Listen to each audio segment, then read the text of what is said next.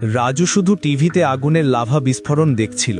হঠাৎ সে দেখে ওই একই লাভা তার নিজের ঘরের মাঝখানে। ব্যাপারটা দেখে সে একেবারে চমকে গেল। এরই মধ্যে ঘরটা হঠাৎ জোরে কাঁপতে শুরু করলো আর টিভিও বন্ধ হয়ে গেল। রাজু তাড়াতাড়ি উঠে বাইরে তাকাতেই দেখে বাড়ির চারপাশে সত্যিকারের লাভা। প্রথমে সে ভেবেছিল হয়তো দুঃস্বপ্ন দেখছে, কিন্তু তখনই আগুনের লাভা তার ঘরে ঢুকে পড়েছে। তবে আশ্চর্য ব্যাপার, লাভা তার গায়ে লাগছে না। তাই পরীক্ষা করতে সে একটা বালিশ ছুঁড়ে দিতেই সেটা মুহূর্তেই ছাই হয়ে গেল। এরপর একটা লোহার টুকরো ছুঁড়ল, সেটাও 1 সেকেন্ডে গলে উধাও। এবার রাজুর আর বুঝতে বাকি রইল না, বিপদ সত্যিই বড়। তাই টেবিলে পা রেখে কোনো রকমে সে ঘর থেকে বের হয়ে গেল। কিন্তু বাইরে এসে দেখে তার প্রিয় গাড়িটাও ধীরে ধীরে গলে যাচ্ছে। বাধ্য হয়ে সে হেঁটে পালাতে শুরু করলো। ঠিক তখনই আগ্নেয়গিরি আবার বিস্ফোরিত হলো। একটা বিশাল ঝাঁকুনিতে সে মাটিতে পড়ে গেল। ভয়ে দৌড়াতে দৌড়াতে সে একটা ব্রিজের নিচে গেল। ভেবেছিল সেখানে নিরাপদ হবে, কিন্তু ব্রিজের সামনেই এক বিশাল আগুনের গোলা পড়ে তার পথ আটকে দিল। তখন পিছনে তাকাতেই দেখে কালো ধোঁয়া তার দিকেই ধেয়ে আসছে। আর শেষে রাজু ব্রিজের নিচে আটকে গেল। ভালো লাগলে একটা লাইক করুন।